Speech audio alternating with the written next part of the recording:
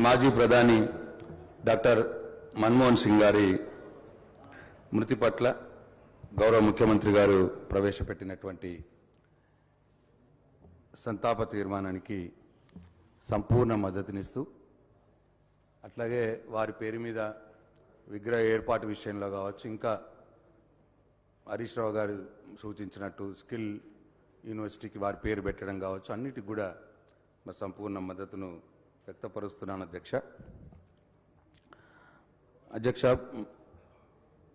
Doctor Manmohan Singh గారు వారి మరణం డెఫినెట్గా ఈ దేశానికి తీరని లోటు అని నేను భావిస్తూ ఉన్నాను. వారు గొప్ప ఆర్థికవేత్త, అట్లాగే ఈ దేశానికి అనేక స్థాయిల్లో ప్రణాళిక సంఘం ఉపాధ్యక్షుడిగా, యూజీసీ చైర్మన్గా, ఆర్బీఐ గవర్నర్గా, అట్లాగే ఆర్థిక శాఖ ముఖ్య కార్యదర్శిగా, ఆర్థిక శాఖ మంత్రిగా, చివరకు 10 ఏళ్ల పాటు ప్రధానమంత్రిగా ఈ దేశానికి ఎనలేని సేవలు అందించినటువంటి వ్యక్తి డాక్టర్ మన్మోహన్ సింగ్ గారు. డెఫినెట్గా వారి సేవలు ఈ భారతదేశం ఎప్పటికి కూడా గుర్తుంచుకుంటుంది అని చెప్పి నేను మనవి చేస్తూ, అయితే ఈ సందర్భంగా డెఫినెట్ ఒక విషయం,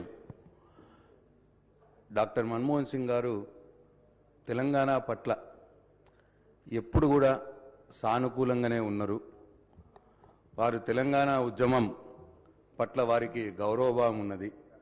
తెలంగాణ ఉద్యమాన్ని ఆయన చాలా జాగ్రత్తగా గమనిస్తూ ఉన్నారు. తెలంగాణ ఉద్యమాన్ని గౌరవించినటువంటి వ్యక్తి అని చెప్పి ఎప్పుడు కూడా మాతో ఉద్యమ సందర్భంలో మా నాయకుడు తెలంగాణ తొలి ముఖ్యమంత్రి వర్యులు కేసీఆర్ గారు చెప్తా ఉంటున్నారు అధ్యక్ష. అయితే మలిదశ ఉద్యమం ప్రారంభమైన తర్వాత 2004లో కాంగ్రెసు టీఆర్ఎస్ పార్టీ పొత్తు పెట్టుకొని ఇక్కడ రాష్ట్రంలో ప్రభుత్వం ఏర్పాటు చేయడం జరిగింది. ఇక్కడ కేంద్రంలో కూడా భాగస్వామ్య పక్షాలని మంత్రివర్గంలోకి ఆహ్వానించే సందర్భంలో టీఆర్ఎస్ పార్టీ నుంచి కేసీఆర్ గారిని, అట్లాగే ఆలయ నరేంద్ర గారిని మంత్రివర్గంలోకి ఆహ్వానించడం. అయితే ఆ సందర్భంలో కేసీఆర్ గారు మన్మోహన్ సింగ్ గారితో, సార్ మీ మంత్రివర్గంలో పనిచేయడం మాకు ఒక గొప్ప భాగ్యం, కానీ సార్ తెలంగాణ మీద క్లారిటీ వస్తేనే నేను మంత్రివర్గంలో చేరేదానికి అర్థం ఉంటుంది అని చెప్పి కేసీఆర్ గారిని వారిని అభ్యర్థిస్తే, ఆ రోజు రాష్ట్రపతి ప్రసంగంలో తెలంగాణ అంశాన్ని పెట్టడంలో చాలా ముఖ్య పాత్ర పోషించిన వ్యక్తి డాక్టర్ మన్మోహన్ సింగ్ గారు.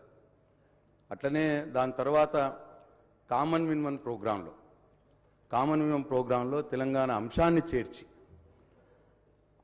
మాకు కేసీఆర్ గారు ఇంటికి వచ్చిన తర్వాత మాకు చెప్పిన విషయం ఏంటంటే, తెలంగాణ రాష్ట్రం అంశం ఒక రాష్ట్ర స్థాయిలో ఉన్నటువంటి అంశాన్ని ఇవాళ మన్మోహన్ సింగ్ గారు ఇవాళ దేశ స్థాయిలోకి తీసుకుపోయినారు, కామన్ మినిమం ప్రోగ్రాంలో పెట్టి.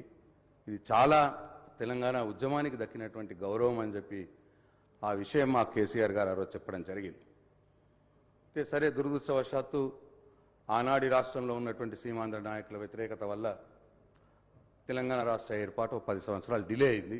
ఆ విషయంలోకి నేను పోను అధ్యక్ష. అయితే ఇంకొక సందర్భంలో 2014లో తెలంగాణ రాష్ట్ర ఏర్పాటు బిల్లు పాస్ అయ్యే సందర్భంలో ఇంతకుముందు రాజగోపాల్ రెడ్డి గారు చెప్పినట్టు, అంతకు ముఖ్యమంత్రి గారు కూడా చెప్పినట్టు, వారు చాలా ప్రత్యేక శ్రద్ధ తీసుకున్నారు అధ్యక్ష.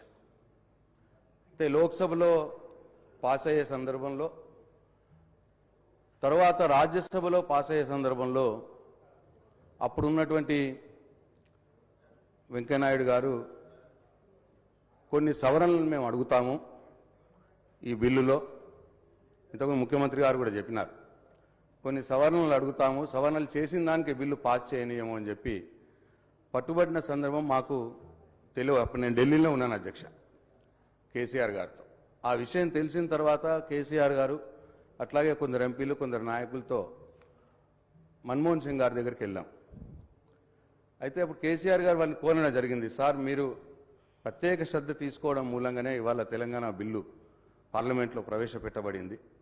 దయచేసి ఇట్లా మాకు వార్తలు వచ్చినాయి, రాజ్యసభలో ఇట్లా జరగబోతున్నదట, మీరు దయచేసి ఒకటే నిమిషం, మీరు దయచేసి మీరు వ్యక్తిగతంగా శ్రద్ధ తీసుకొని దీన్ని మూవ్ అయ్యేటట్టు చేయండి అని ఆయనకి రిక్వెస్ట్ చేస్తే ఒక డే అంతా మన్మోహన్ సింగ్ గారు రాజ్యసభలో కూర్చొని అటు వెంకయ్యనాయుడు గారితో, అరుణ్ జైట్లీ గారితో అందరితో మాట్లాడి వాళ్ళని కన్విన్స్ చేసి, నేను మీకు ఏమైనా కావాల్సినవి ఉంటే నేను ప్రధానిగా నేను హామీ ఇస్తున్నాను మీకు, కానీ బిల్ మాత్రం పాస్ చేయండి, సవరణలు ఏం పెద్ద సూచించకండి అని చెప్పి వాళ్ళని కన్విన్స్ చేసి ఆ రోజు బిల్ పాస్ చేయడంలో ముఖ్య పాత్ర పోషించాడు.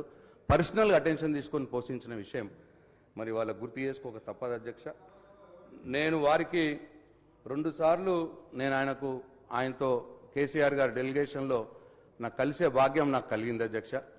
నేను కేసీఆర్ గారితో పక్కనే ఉండి ఆ రిప్రజెంటేషన్స్ పేపర్స్ ఇచ్చడానికి కేసీఆర్తో పక్కనే ఉంటిని. వారిని నేను దగ్గర నుంచి చూశాను. 15 నిమిషాలు మన మాటలు మాట్లాడింది చాలా శ్రద్ధగా, చాలా ఓపికగా వినేవాడు అధ్యక్ష.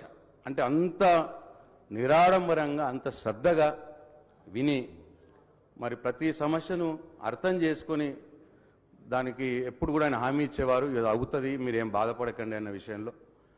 సో అట్లా ఇంతకుముందు ముఖ్యమంత్రి గారు అన్నారు, వారి నిరాడంబరత గురించి అందరితో కలిసి కూర్చొని ఆయన ధర్నాలో పాల్గొన్న సంగతి విషయం కూడా చెప్పినారు. డెఫినెట్గా ఈరోజు మనం ఇక్కడ ఉన్న సభ్యులందరం కూడా ఆ నిరాడంబరత, ఆ యొక్క ఓర్పు, ఆ యొక్క మాట్లాడే సౌమ్యం, ఇవన్నీ కూడా వారిని స్ఫూర్తిగా తీసుకొని మనం నేర్చుకోవాల్సిన అవసరం ఉన్నది.